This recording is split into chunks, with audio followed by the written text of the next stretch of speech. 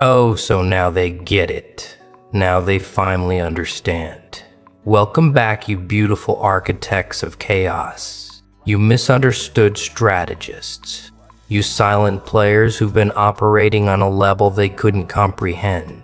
Yeah, you, the one they called impulsive. The one they labeled emotional. The one they swore was spiraling. Funny how the narrative shifts when the smoke clears. Isn't it funny how crazy suddenly looks like precision when they finally see the board you were playing on while they were stuck on checkers? Let me ask you something. When did you first realize they thought you were losing your mind? Was it when you walked away without explanation? Was it when you stopped arguing back? Was it when you made that move that looked reckless to everyone watching but felt like the only logical choice to you? They panicked, didn't they? Your friends, your family, maybe even people who barely knew you, started whispering, started diagnosing, started placing bets on how long until you crashed and burned. But here's what they didn't see. Here's what they couldn't possibly understand because they've never operated at your frequency.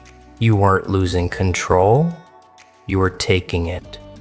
Every move that looked chaotic was calculated. Every bridge you burned, you checked the wind direction first. Every person you cut off, you'd already run the projection of your life with them still in it. And you deleted that timeline with surgical precision. They thought you were falling apart, you were falling into place. You see, there's a frequency of intelligence that terrifies people because it doesn't announce itself. It doesn't wear credentials. It doesn't need approval from the committee. Clears throat. It just moves. And when it moves, it looks insane to people still trying to predict outcomes using the same broken formulas they've been taught since birth. You stopped playing by their rules and they called it a breakdown. You started playing your own game and they called it madness. But madness and genius, they've always lived in the same house, haven't they? The only difference is the scoreboard at the end. Let's rewind the tape. Let's go back to that moment, that specific moment when you made the choice that made everyone question your sanity. Maybe you quit the job that looked perfect on paper but was draining your soul like a slow poison. Maybe you ended the relationship that everyone said was so good for you but felt like drowning with an audience. Maybe you disappeared for months without posting, without explaining, without performing the mandatory social media circus that proves you're still alive and participating. They called it erratic. They called it self-destructive. Some of them, the ones who really thought they knew you, they called it a cry for help with that condescending concern dripping from their voices like they were narrators in your tragedy. But you weren't crying for help. You were eliminating distractions. You weren't breaking down. You were breaking through. Clear's throat. And the most beautiful part, you didn't need them to understand. You didn't need their permission, their blessing, or their damn opinion. Clear's throat. Because here's the thing about calculated risk that safe people will never comprehend. It looks identical to recklessness from the outside. The person who jumps without a visible parachute and the person who jumps knowing exactly where they'll land, they look the same midair. But one of them studied the physics. One of them ran the numbers in the dark while everyone else was asleep, dreaming small dreams in their comfortable cages. You were that person. Clear's throat. You are that person. And now they're starting to see it. Now the results are rolling in. Now the life you're building, the person you've become, the peace you're walking in, it's undeniable. And suddenly their tune changes. Suddenly it wasn't crazy. Suddenly it wasn't crazy. Suddenly it was Bray Youth. Suddenly you weren't reckless. You were taking a leap of faith. Clears throat. Suddenly the same people who questioned your sanity are asking for advice, asking how you did it, asking if you can help them make their own bold moves. But you know what's really happening here, don't you? You know what this recognition actually means. It means they're finally catching up to a decision you made months ago, maybe years ago. They're finally arriving at the conclusion you reached while they were still debating in the group chat. They're finally seeing the vision you had when there was nothing but darkness in your own conviction. And that gap, that time gap between when you knew and when they figured it out, that's the proof. That's the proof you were operating on a different level. That's the proof their concern was just fear disguised as care.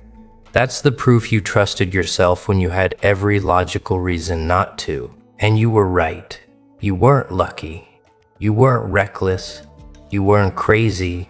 You were correct. And being correct before everyone else is what they call genius. Even when they're too proud to use that word directly to your face. Let me tell you what really happened, because they'll never admit this part. When you made that move, when you did that thing that looked insane, something in them recognized it. Something deep in their unconscious knew you were onto something real, clear's throat, something true, something they didn't have the courage to reach for themselves. And that recognition, that brief flash of what if they're right, it terrified them more than anything. Because if you were right, if you're crazy, was actually clarity. Then what did that make them? It made them cowards. It made them complicit in their own mediocrity. It made every safe choice they'd made look like exactly what it was, a surrender to fear dressed up as responsibility. So they had to make you wrong. They had to make you the cautionary tale. They had to turn your boldness into a warning label so they could sleep at night in their prisons of comfort. But you didn't give them that satisfaction, did you? You didn't crash. You didn't burn. You didn't come crawling back with apologies and admissions that they were right all along. Instead, you did something far more devastating. You thrived. You evolved. You became living proof that the path they were too scared to take actually leads somewhere beautiful. And now they have to live with that. Now they have to watch you exist in a reality they told themselves was impossible. And here's the part that really twists the knife. You're not even mad at them anymore. You're not holding grudges. You're not waiting for apologies that will never come. Because somewhere along your journey you realized something that changed everything. Their doubt was never about you. It was always about them. Their fear was always their own. Their need to call you crazy was always their need to feel sane in their own stagnation. So now when they come back, when they slide into your messages with, "Hey, I've been thinking about you," or "You look really happy," or "You look really happy," or "Can we talk?" You see it for what it is. It's not reconciliation, it's reconnaissance. They're not checking on you. They're checking if the rules they've been living by are actually real, or if you found a way to break them without consequences. They're studying you now, the way they should have trusted you then. And some of them, the really bold ones, they'll try to rewrite history. They'll claim they always believed in you. They'll say they knew you'd figure it out. They'll position themselves as supporters who were there all along, just quieter than the doubters. But you remember who was silent when silence felt like abandonment. You remember who questioned when you needed certainty. You remember who stayed and who ran when your life looked like a disaster movie to everyone watching. But here's the beautiful part. Here's the part that makes all of it worth it. You don't need them to rewrite history because you're too busy writing the future. You don't need them to admit they were wrong because you're too focused on being right about what comes next. You don't need their validation now because you learned to validate yourself when their approval was the only currency you thought you needed. Let's talk about the pattern they're starting to recognize. Because this isn't the first time you've done this, is it? This isn't the first time you've made a move that looked questionable and turned it into something undeniable. You have a history of this, a track record of seeing around corners that haven't been built yet, a reputation, whether they acknowledge it or not, for being right in ways that take time to prove. You were the person who called the breakup before anyone else saw the cracks. You're the person who left the party early before it turned into a mess everyone regrets. You're the person who walked away from opportunities that looked golden but smelled wrong and then watched those opportunities rust in real time. Clears throat.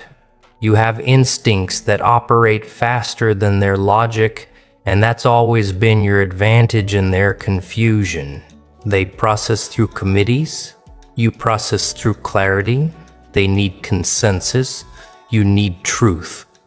They move when it's safe. You move when it's right. And that difference, that fundamental difference in operating systems, it creates a lag. They're always seeing your moves in retrospect, analyzing your decisions after the outcomes are already visible, wondering how you knew when there was no way to know.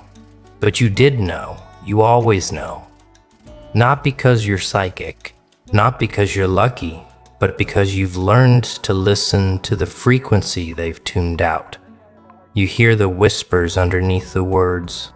You see the patterns underneath the chaos. You feel the shifts before the ground starts moving. They call it intuition, like it's magic. You know, it's just paying attention at a level that most people find exhausting. And that's why your crazy was calculated, because you were calculating with data they couldn't perceive. Clears throat. You were running equations that included variables they didn't believe existed. You were solving for outcomes they couldn't imagine because they'd never allowed themselves to want something that far outside the script. Your math looked like madness because they couldn't see the numbers you were working with. Now, let's talk about what happens next, because recognition is just the beginning. Now that they see you were right, now that they realize your breakdown was actually a breakthrough, they're going to want something from you. They're going to want the formula. They're going to want the shortcut. They're going to want you to translate your instinct into instructions they can follow without having to develop that instinct themselves. And here's where you have to be careful. Here's where the real test begins, because it's tempting to teach. It's tempting to explain. It's tempting to take every person who doubted you and turn them into a student just to prove you were always the teacher. But not everyone deserves your wisdom. Not everyone has earned access to your process.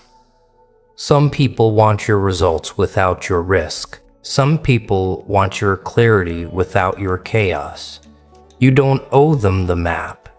You don't owe them the breakdown of every decision that led you here. You don't owe them the privilege of understanding what they refuse to trust. Some lessons are only meant for the people who learn them in the fire, not the people who show up after the smoke clears, asking how you survived the flames. Your story is yours. Your strategy is yours. Your madness, your genius, your calculated chaos, it's all yours. But for the ones who were there, for the ones who stayed quiet when they didn't understand, but didn't question your sanity, for the ones who gave you space when you needed distance and didn't make it about them, those people they get to see behind the curtain, those people earn the right to know how you did it. Not because they supported you perfectly, but because they supported you imperfectly without trying to stop you. And here's what you can tell them. Here's what you can share with the people who actually deserve to know. You didn't have a plan. You had a compass. You didn't follow steps. You followed truth. You didn't calculate every outcome. You calculated the cost of staying the same and decided any risk was better than that certain death. You didn't know it would work. You knew doing nothing definitely wouldn't. You trusted yourself in the dark. You believed your instincts over their advice. You chose your peace over their understanding. You valued your future over their comfort. And every time you made a choice that looked insane, you were really making a choice between two versions of yourself. The one they wanted you to be and the one you needed to become. You chose yourself every single time. And that choice, that consistent choosing of yourself, even when it looked selfish, even when it felt lonely, even when you had no proof it would lead anywhere good, that's the genius they're recognizing now. That's the calculation they're finally seeing. You bet on yourself when you were the longest shot in the room. You invested in your own vision when no one else could see it. You held the line when everyone else was telling you to retreat. Now they want to know how you had that kind of faith. They want to know where that certainty came from. They want to know what made you so sure when everything looked so uncertain. And the answer is going to disappoint them because it's too simple. The answer is you weren't sure. You were committed. There's a difference. Certainty is knowing the outcome. Commitment is moving forward without it. You didn't know it would work. Clears throat. You decided it had to. You didn't know you'd survive. You decided survival was non-negotiable. You didn't know you'd win. You decided losing wasn't an option you'd entertain. And that decision, that refusal to accept the version of your life where you stayed small, where you played safe, where you died slowly in comfort, that was the real calculation. Let's go even deeper. Let's talk about the specific moments they called that you knew were necessary. Remember when you stopped explaining yourself? When you just started moving without the mandatory press conference about your intentions? They called it secretive. They called it suspicious. Some of them called it arrogant. But you knew something they didn't. You knew that explanation dilutes execution.